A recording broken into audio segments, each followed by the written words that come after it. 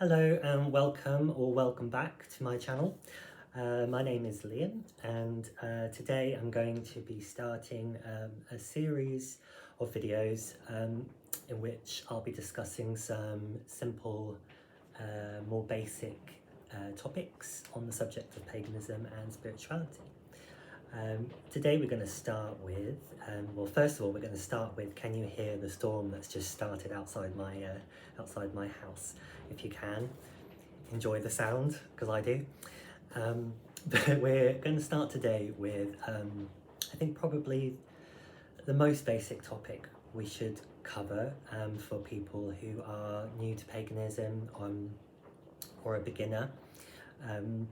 And it can be a simple question and answer, but it can also be a complicated one. So I'm going to try and keep it as simple as I can. I'm going to try not to go into too much detail just now, because it can be a little bit of a deep dive the further you go. But hopefully I'll give you something to think about and some starting off points if you want to go and do some more research. I think this subject is important because I remember myself when I first started exploring paganism all those years ago, that there's a lot of misinformation out there about what paganism is, especially historically. And over the years I've worked with various groups, I've worked with various individuals, I've worked for various organisations, and I always run into this problem of people being incredibly misinformed. So I do feel like it's an important subject, and that's why we're starting with this one. That rain is really coming down, can you hear it? Goodness me. Anyway, so the question is, what is paganism? And like I say, it can be a simple answer, and it can be slightly more complicated. And to answer it, we need to kind of look at two different parts, I guess. So first of all, what does pagan mean is a good starting point, I think. Well, the word pagan is actually a slur word, or it was originally kind of, I guess, a slur. And it was never a religion, so we should start there. There is actually no such thing historically as a pagan. It's not a word that the people that we now describe as being ancient pagans ever used to describe themselves.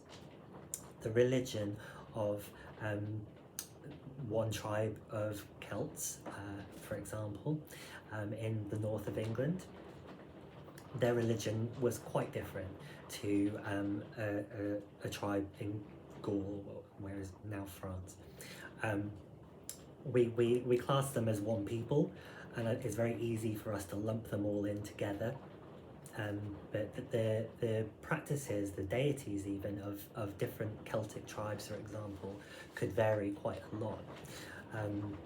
So the first thing that we need to understand is that we can't lump all of those Celtic tribes, the Egyptians, the ancient Greeks, the Romans before Christianization, any of the societies and cultures that existed before Christianity. We can't lump them all in as the same people. So it's important to understand that historically paganism wasn't a thing. Now, the word pagan came about after the Christianization of Rome. Now, imagine kind of converting an entire, almost a world full of people at that point, from their own sort of homegrown practices into something completely different. Something like that, obviously they managed it, but something like that doesn't just happen overnight, it takes time. So imagine that the big cities, and then the big towns, and then the smaller towns were probably were the first parts of society to be converted away from their old religion into the new religion of Christianity.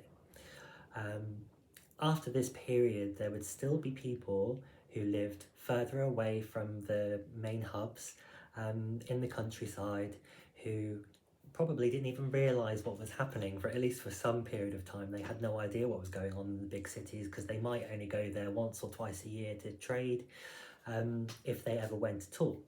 So they would continue practicing the culture, the family traditions and the religion that they knew, which would have been the old polytheistic religion. So the word pagan came around as a way of describing those people. And what it essentially means is something kind of like country dweller. I guess you could say country bumpkin or redneck.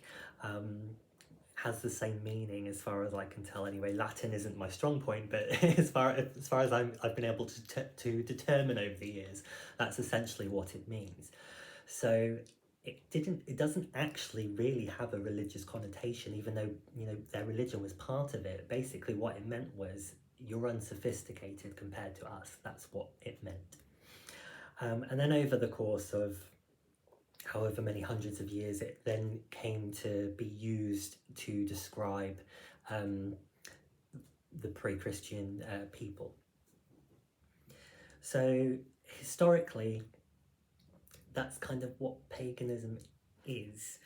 And it's important to understand that the paganism that we practice now is not the same as the paganism that people back then practiced. First of all, like I say, it didn't actually exist in terms of the word paganism. But there's also no continuous line between the ancient Celts, the ancient Celtic religion, to people who practice a form of Celtic religion now. There's been many claims over the years that some of these pagan religions survived in secret throughout the years. Most famous one probably being Margaret Murray in the 1920s, who made very popular claims about secret witch cults. However, all of these claims have been disproven by historians. There's absolutely no evidence of anything like that. The most likely explanation for why paganism, or modern paganism, now exists can be traced to the romantic movement of the 17th century, which is where people, mostly upper class people, developed an intense fascination and passion with folklore, ancient folklore, and occultism, which they kind of blended together. And this sort of gave rise to various groups and organisations that did persist throughout the following centuries.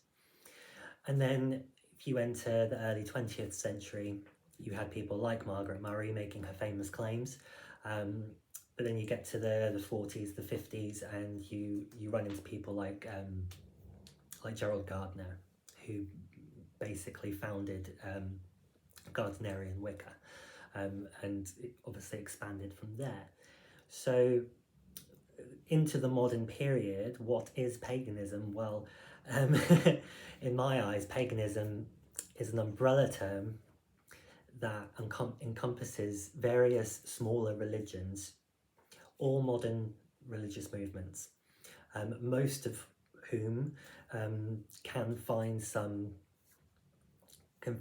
common link in the, like I say, the Romantic movement, and the exploits of, you know, the 1940s to 1960s, 70s era, where religions like Wicca started to really kind of pick up. So modern religious movements, no continuous line from ancient practices, but what does it actually mean? What do we do? What do we stand for? Well, it can be quite a complicated answer, because there are lots of different pagan religions that exist under that umbrella of paganism, and some that don't even like the word pagan and don't use it, so it can be quite watered down, and it can be quite complicated. But I think if you were to take the main pagan religions, there are probably some common denominators that we could use to kind of distinguish what it is that maybe separates pagans from other religious groups. So I think the first one is probably a deep reverence for nature. I think most pagan religions are nature-based in some way. Some it's a much stronger presence in terms of environmentalism, for example. But you will always find some kind of, or usually find some kind of reference to nature, the cycles of nature. A lot of our festivals are based around the movement of the seasons, which is quite a common thread across different pagan religions. Even if they sort of change the names, the meanings, the words, usually you'll see that running through. So a reverence for nature. Yes, we're tree huggers, if you want to think about it that way. And I think the second is a little bit more complicated, but generally speaking, most pagans from all sorts of traditions that I know, in one way or another, believe in God or divinity. And the form that can take can vary quite a lot. I know pagans that are monotheistic, so they believe in one god. I know pagans that are duotheistic, they believe in a god and a goddess, or two forms of a god. I know pagans who are polytheistic, hard polytheistic. So hard polytheism is the belief that there are many gods and they are separate, whole individual beings of their own. Soft polytheism is the belief that there might actually only be one god, but that god takes many different forms for various reasons. And then I know pagans who are kind of perhaps would describe themselves as non-theistic in the fact that they don't believe in deities of any description. You know, they don't worship Breed or Artemis or any named deity, but they do believe that everything has a spirit. So they're animists essentially, which is another way, in my opinion, to see divinity. Whether or not they would choose to use those words is questionable. Aside from reverence for nature and the belief in some way of the divine, I would say probably the last one I would say could encompass all of paganism in one way or another, is the belief in, and the practice of, I should say, the practice of ceremony or ritual. I would say that's another common thread. Most pagan traditions that I'm aware of have some sort of ritual or ceremony within their practice. And again, that can vary wildly depending on the tradition. So that kind of hopefully answers the question of what paganism is. To sum up, I would say paganism again is an umbrella term that encompasses lots of different religions and religious beliefs. However, there are some common threads that help to tie most of us together in one way or another, which is quite often why we get lumped into the same group under that same umbrella term. But just to reiterate, there are individuals, but also groups of individuals that don't like the word pagan. They don't use it, they choose not to use it or be associated with it. And of course, that's absolutely fine. It's a bit of a mentality, I think, within a lot of pagan circles that you can kind of go your own way and make your own path, which I think is probably what attracts a lot of people to paganism. There isn't a central figurehead or priesthood or book telling you that this is how you must be and this is what you must do and this is how you must practice. We take our obviously there are things that we take inspiration from in terms of folklore and rituals, and we might choose to join groups and follow in the teachings of somebody who's been doing things longer than us, but we are also able to draw inspiration from the world around us, from the cycles of nature, and create our own path. So that was my hopefully not too rambly video on what paganism could be, maybe. If you have any questions, feel free to leave them in the comments below. If you found this even remotely interesting, please press like, and if you would like to stick around to see more videos, please press the subscribe button, and I will see you in the next one. Thank you. Bye.